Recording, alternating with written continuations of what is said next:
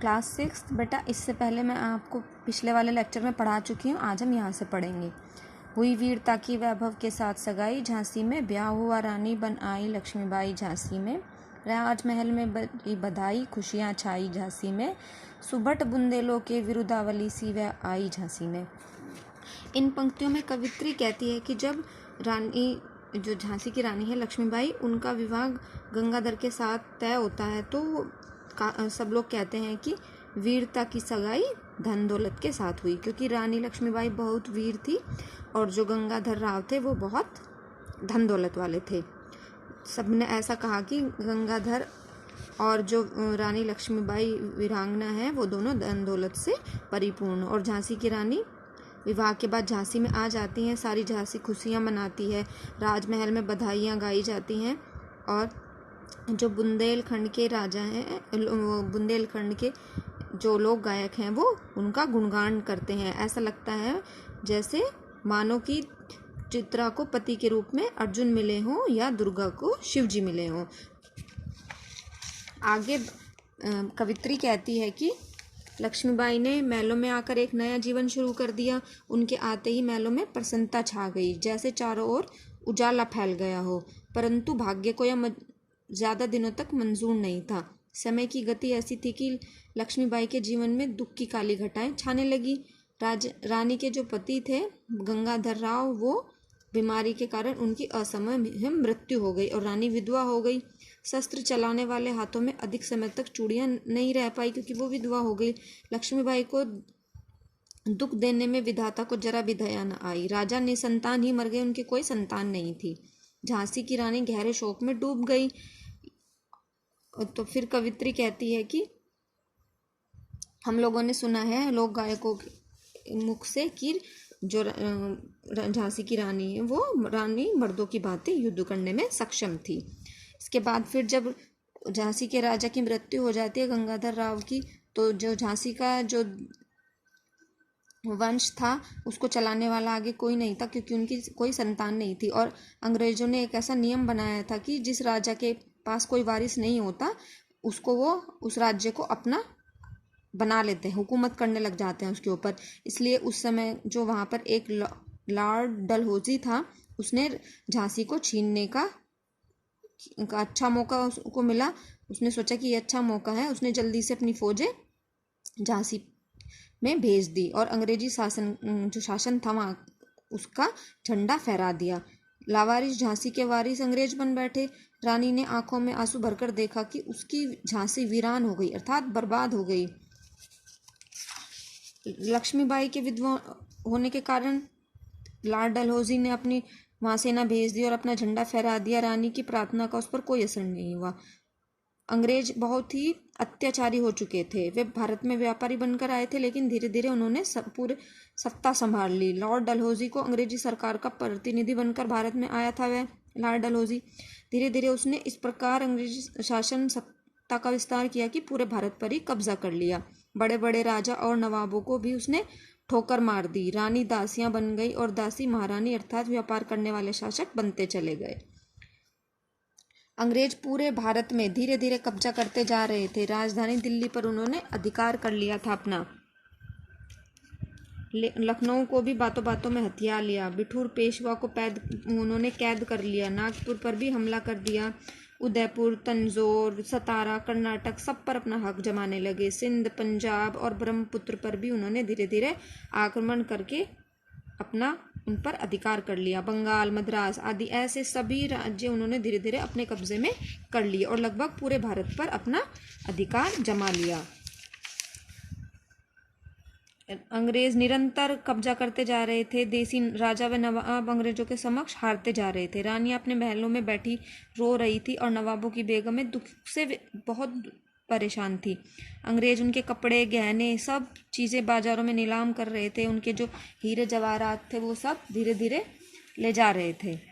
समाचार पत्रों में अंग्रेजों द्वारा नीलामी के समाचार खुलेआम छपते जा रहे थे।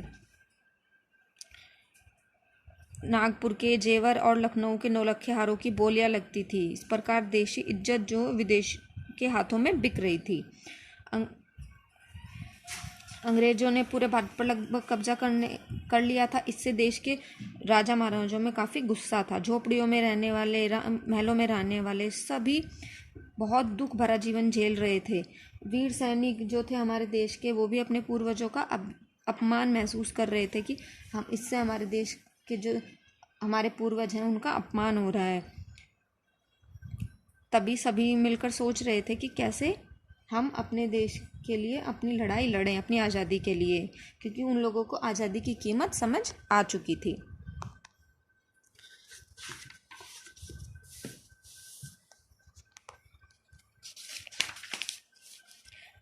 रानी लक्ष्मीबाई ने सबको एकजुट किया और उन्होंने युद्ध की क्रांति भड़का दी। ज्वाला भड़क उठी उसी समय। महलों और झोपड़ियों में रहने वाले सभी लोगों ने बढ़ चढ़कर लड़ाई में हिस्सा लिया। यह स्वतंत्रता की जो चिंगारी थी वो लोगों के मन से भड़की और धीरे धीरे पूरे देश में फैलती चली गई। सभी लोग अंग्रेजों के अत्याचारों से दुखी थे। झांसी के बाद दिल्ली, लखनऊ, मेरठ, कानपुर और पटना में क्रांति की जो लहर है वो दौड़ पड़ी। जबलपुर, कोल्हापुर में भी क्रांति की आग पहुंच चुकी थी।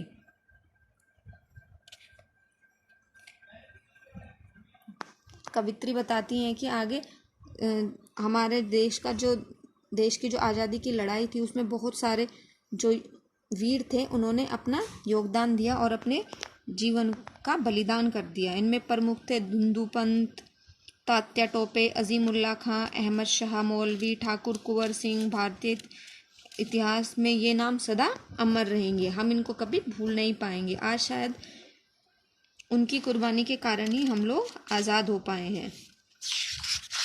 अगर वो लोग उस समय अपने प्राणों को न्यौछावर न करते तो हमारा देश शायद आज भी अंग्रेज़ों के अधीन ही रहता।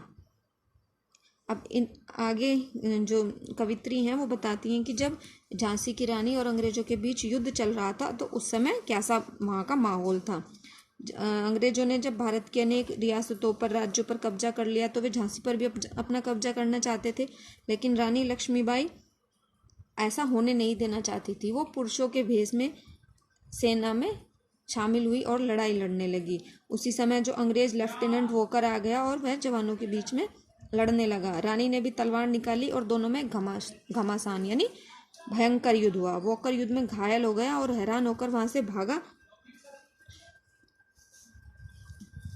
ऐसे ही रानी लड़ाई लड़ते लड़ते कालपी पहुंची। वह कई सौ मील चलकर आई थी। उनका घोड़ा थककर जमीन पर गिर गया और गिरते ही मर गए। यमुना नदी के किनारे रानी से अंग्रेजों ने फिर हार का सामना किया। रानी ने ग्वालियर पर अधिकार जमा लिया। अंग्रेजों के मित्र सिंधिया को राजधानी छोड़नी पड़ी। इस प्रकार रानी विजयी होकर आगे बढ़ी। रानी धीरे धीरे विजय हासिल करती हुई आगे बढ़ती जा रही थी। रानी विजय तो हुई लेकिन अंग्रेजों की सेना ने उन्हें फिर से घेर लिया। इस बार युद्ध जनरल स्मिथ के साथ हुआ। उसने रानी से हार खाई। रानी की सखियां कान्हा और मुंद्रा ने भी रानी का पूरा साथ दिया। इन दोनों ने भी भारी मारकाट की। रानी को पीछे से हुरोज ने घेर लिया। अब रानी बुरी तरह घिर गई। बुंदेलखंड के लोग गायक कहते हैं कि रानी उस समय बिल्कुल एक वीर पुरुष की भांति युद्ध में लड़ रही थी। रानी अंग्रेजों से घिर चुकी थी लेकिन फिर भी अंग्रेजों का डटकर मुकाबला कर रही थी। शत्रु का मुकाबला करते करते रानी आगे बढ़ रही थी और तभी मार्ग में एक नाला आया और रानी का घोड़ा नया था क्योंकि पहले वाला घोड़ा मर चुका था और वह वहां अड़ गया।